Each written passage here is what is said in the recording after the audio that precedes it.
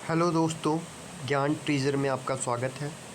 दोस्तों, सीटेट की short and summarise series में आज हम देख रहे हैं तीसरा वीडियो, जिसमें हम मोस्ट इम्पॉर्टेंट प्रश्नों को जो प्रीवियस ईयर में आ चुके हैं उनके संकलन को हम कर रहे हैं और उसकी प्रैक्टिस करके उसको याद करने का आप लोग को लक्ष्य दिया गया है।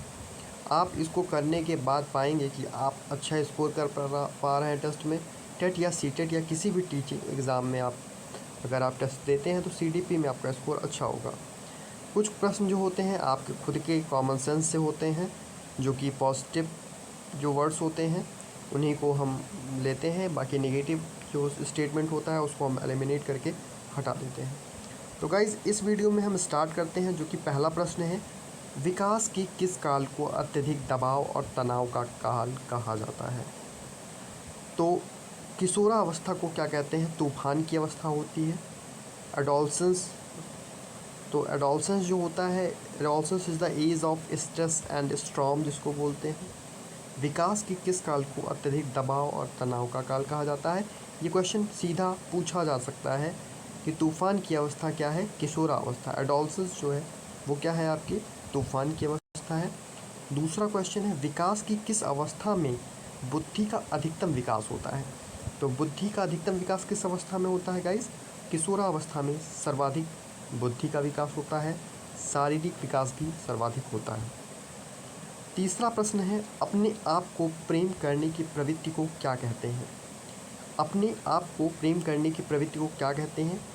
तो नार्सिसिज्म की प्रवृत्ति ये कहलाती है। नार्सिसिज्म की प्रवृत्ति होती है अपने आप को प्रेम करना।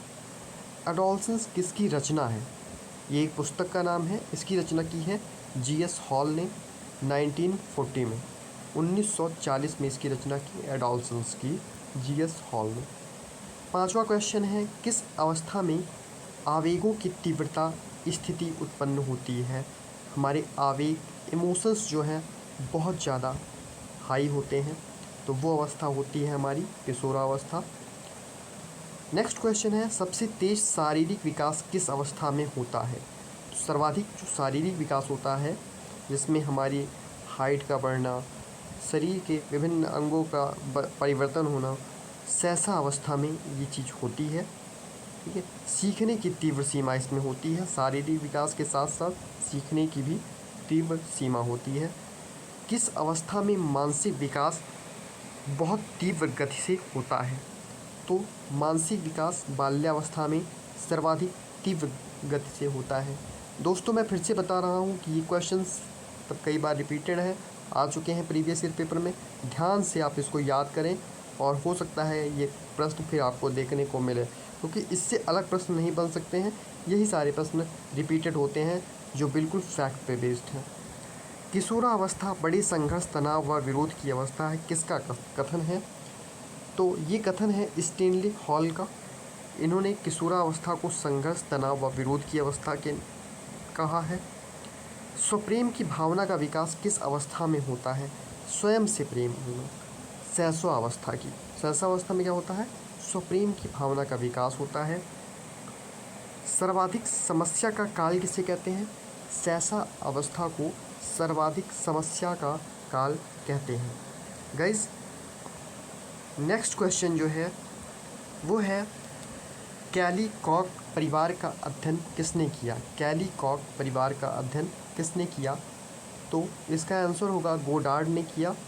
मूर्त संक्रियात्मक अवस्था का समय है 7 से 11 वर्ष।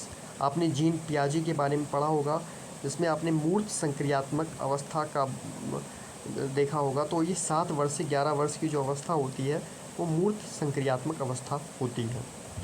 संग्रह करने की प्रवृत्ति किस अवस्था में पाई जाती है? तो संग्रह करने की जो प्रवृत्ति होती है बाल्यावस्था में पाई जाती है। मनुष्य को जो कुछ बनना होता है प्रारंभ के 4-5 वर्षों में बन जाते हैं। ये किसने कहा था?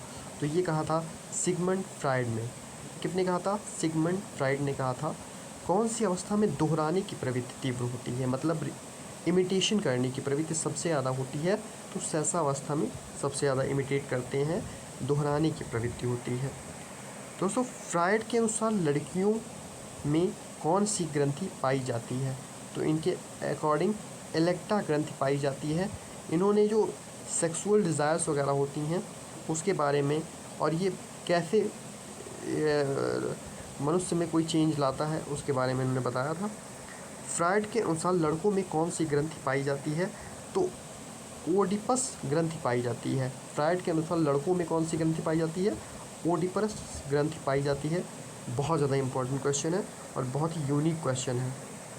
कौन सी अवस्था सीखने का अनोखा काल है, ये आपने पहले भी देखा है।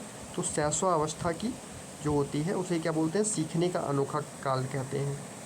शिक्षा मनोविज्ञान की उत्पत्ति हुई, अब यहाँ पे आपको 1900 ध्यान रखना है। 1900 अगर नहीं दिया है तो 1920 लगाएंगे। 1900 में सिगमंड फ्रायड ने मनोविश्लेषणवाद का विकास भी किया था, इस चीज़ का भी आप ध्यान रखें।